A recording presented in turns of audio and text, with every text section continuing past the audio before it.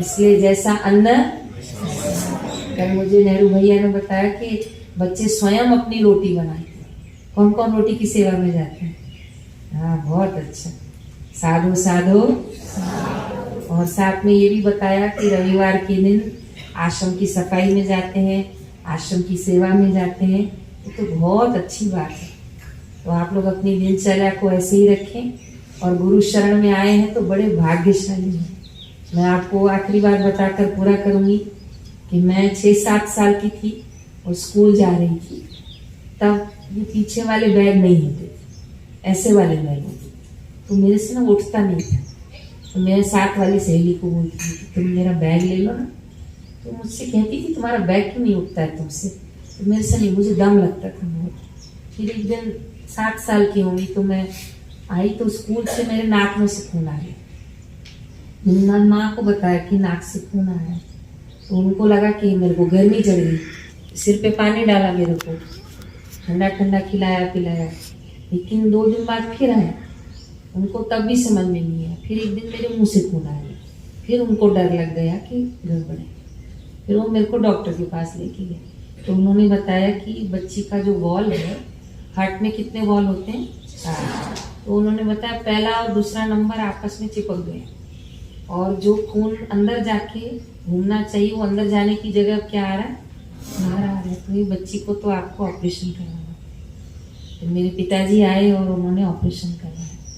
लेकिन ऑपरेशन करने के बाद डॉक्टर ने बताया कि ये बच्ची बहुत लंबी नहीं जिएगी, 20-25 साल निकाल लेंगे ये लोग। मेरे पिताजी ने कहा इतना भी जिएगी तो अच्छा है।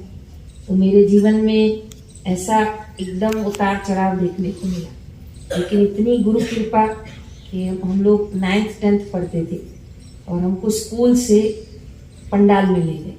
वहाँ कौन पधारे थे? और छोटी छोटी टीवियाँ लगी थी पूरे पंडाल में। हमने स्वामी जी को बिल्कुल दर्शन तो नहीं किए पर उसी पे देखा। फिर हमको एक कॉपी दी, स्टिकर मिला। लेकिन बहुत अच्छा लगा। कुछ समझ में नहीं आया। 9th में क्या समझ में आता? सत्संग तो पता नहीं था। लेकिन वो कीर्तन बापू जी करवा रहे थे ना, मधुर मधुर नाम, बहुत समझ में आया। उसमें हम बच्चों ने खूब आनंद लिया, कीर्तन किया और घर जाके हमने बताया कि ऐसे बहुत बड़े संत आए हैं। तो शाम को हम लोग फिर सत्संग में और फिर रंग लग गए। फिर सरस्वती मंत्र लिया, फिर गुरु मंत्र ली। और एक दिन बापूजी ने कृपा बरसाई और पूछा क्या चाहिए। तो जो मेरी समझ में था मैंने मांगा। गुरुजी बहुत खुश हो गए जब मैंने बोला कि बापूजी मुझे ब्रह्मचारी रहना है। तो गुरुजी मुझे धीरे से पूछे तुमको इसका मतलब पता है क्या? तब मैं 12वीं पढ़ती थी। मैंने कहा हाँ बापूजी पता है। पता तो था नहीं पर तो भी बोला हाँ पता है। तो गुरुजी ने कहा बोल इसका मतलब क्या होता है? मैंने कहा बापू कभी गलती से भी शादी नहीं करना। तो बहुत खुश हो गए, कहा इसका मतलब यही होता है? मैंने कहा जी इसका मतलब यही होता है। तो कहा तुमको नहीं करनी है? मैंने करनी है। क्या करना है? मैंने कहा जो आप कहोगे। इस बात पे तो बहुत खुश हो गए। कहा जो मैं कहूँगा। मैंने कहा तो बोले रहो अनुष्ठान। फिर अनुष्ठान करवाया, मौन मंदिर करवाया। लेकिन मेरे पिताजी सहमत नहीं थे। 3 साल और पढ़ाए मेरे को।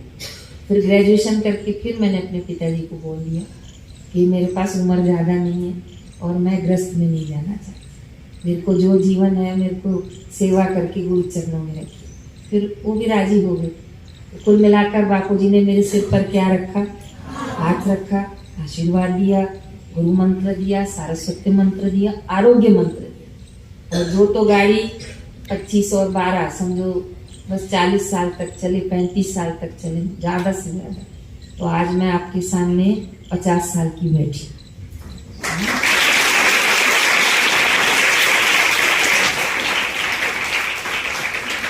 तो ये गुरु कृपा नहीं है तो और तो पीछे 2 महीने पहले भी बहुत बीमार पड़ गई।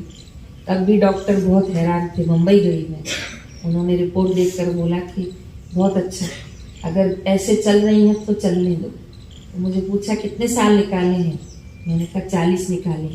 तो हंस पड़े, बहुत बड़े डॉक्टर। बोला 40 साल अगर आपने गुरु कृपा से निकाले तो इसका आधा और निकाल लो, बस बहुत हो गया। इससे ज़्यादा जीकर भी क्या करोगी? तो मैंने कहा इतना तो मेरे गुरुदेव निकाल लेंगे।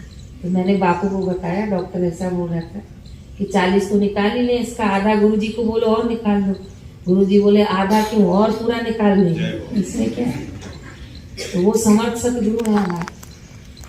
आपको मैं ऐसे नहीं बोल रही हूँ कि आप भाग्यशाली, आप वास्तव में भाग्यशाली। जिस दिन आपको समझ आएगी ना कि मेरा भाग्य कैसा है, आपको गर्व हो जाएगा अपने भाग्य कि मैंने पढ़ाई किसी साधारण लोगों के साथ नहीं, मैंने पढ़ाई किसी साधारण स्थान पर नहीं, मैं गुरुदेव के द्वार का, गुरुदेव के गुरुकुल का मैं विद्यार्थी हूँ। और बापूजी विद्यार्थियों को देखते हैं ना तो आनंद आनंद बापू की कृपा चलती। इसलिए गुरुकुल इतने सारे जो चलाए जा रहे हैं वो बापूजी के प्रसन्नता आप लोगों को देखकर कि इनका आगे का भविष्य क्या बने। इतने सालों से इतने गुरुकुल चल रहे हैं, इसमें कितने विद्यार्थी पास होकर गए हैं और वो बड़े बड़े पदों पर आए हैं। और जब बड़े बड़े पदों पर आकर उन्होंने गर्व से कहा है कि हम आज इस स्थान पर आए हैं, तो उसका श्रेय जाता है परम पूज्य। कल भी एक संत का बहुत अच्छा वीडियो वायरल हो रहा है। उन्होंने बहुत गर्व से, बहुत अच्छा भागवत कथाकार है, और कथा करते करते उन्होंने कहा कि आज दुनिया मना तो रही है तुलसी पूजन दिवस, आज सब लोग मातृ पितृ पूजन मना तो रहे हो, और भविष्य में ये भारतीय दिवस घोषित होंगे, लेकिन जब घोषित होंगे ना तब भूलना मत इसकी नींव किसी ने रखी है, तो परम पूज्य। बहुत अच्छा वीडियो है, मैं आपको गुरुकुल में भेजती हूँ, देख लीजिए। तो ऐसे स्थान पर आप रहे हैं तो अंतर्मुख होके रहिए। अगर सुबह बात करने की इच्छा नहीं, मौन रखिए। शाम को भी 1 घंटा फ्री है तो फिर क्या रखेंगे, जितना दिया जलेगा उतना तेल